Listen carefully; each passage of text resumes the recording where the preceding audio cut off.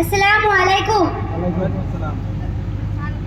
সন্তলী স্বৰ্ণশাখা সাহিত্য সভাৰ উদ্যোগত আয়োজিত দ্বিতীয় বাৰ্ষিক অধিৱেশন আৰু গ্ৰন্থ মেলাত সভাপতি আসন অলংকৃত কৰা মাননীয় সভাপতি মহোদয়, উপস্থিত সন্মানীয় অতিথিসকল আৰু শ্ৰদ্ধাৰ শিক্ষাগুৰুসকল আৰু মোৰ সন্মুখত বহি থকা শ্ৰদ্ধাৰ ৰাইজ, মই নুৰি শৰ্মাই আপোনালোকৰ সন্মুখত মই মোৰ আন্তৰিক শুভেচ্ছা আৰু প্ৰণাম জনাইছোঁ।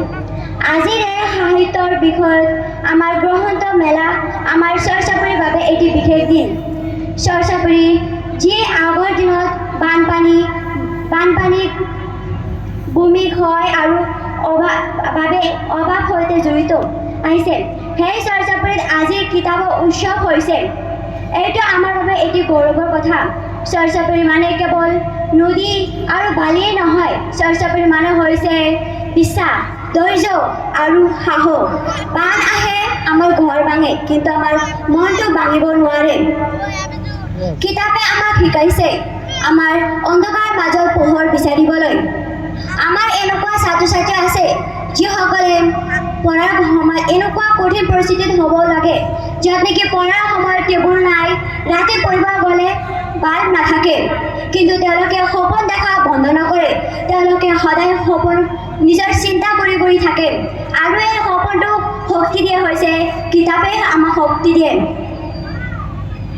আজিৰ এক গ্ৰন্থ মেলাই আমাক এটি বাৰ্তা দিছে যে যি চৰ্চাপুৰীত কবিতা আছে, যি চৰ্চাপুৰীত কিতাপ আছে, সেই চৰ্চাপুৰীৰ ভৱিষ্যতত নিজে সাফল্য লাভ কৰিব। শ্ৰদ্ধাৰ ৰাইজ, মোবাইল ফোন ব্যৱহাৰ কৰাটো সহজ, কিন্তু কিতাপখন গভীৰ।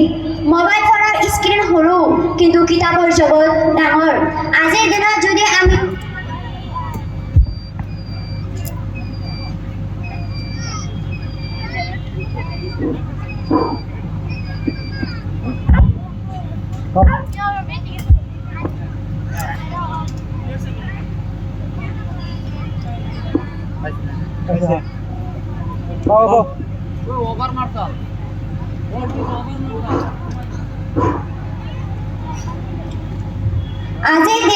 আমি পঢ়া-লেখা কৰোঁ, তেন্তে আমি এটি ডাঙৰ মানুহ হ'ব পাৰিম, আমি ভাল নাগৰিক হ'ব পাৰিম। সন্মানীয় অতিথিসকল, আমি সকলো সময়তে আশা কৰি থাকিম আমাৰ এনেদৰে সাহিত্য মেলা আৰু গ্ৰন্থ মেলা যাতে এনেদৰে চৰ্চাপুৰীত বাৰে হওক, বিদ্যালয়ত পুথিভঁৰাল হওক, আৰু প্ৰতিজন শিশুৰ হাতত এখনকৈ কিতাপ থাকক। আৰু মই নিয়মিত কিতাপ পঢ়িম, আনকো পঢ়িবলৈ উৎসাহিত কৰিম। চৰ্চাপুৰীৰ উন্নত ভৱিষ্যত গঢ়াত মই নিজেও অংশগ্ৰহণ কৰিম। এই সাহিত্য সভা আৰু গ্ৰন্থ মেলাৰ সৈতে জড়িত লোকসকলক ধন্যবাদ জনাই মোৰ মৰ্যাদা বক্তব্য ইমানতে সামৰণি মাৰিছোঁ। Thank U. জয় সাহিত্য, জয় শিক্ষা, জয় চৰ্চাপুৰী। যে নহওক ধন্যবাদ জনাইছোঁ নুৰি শৰ্মালৈ।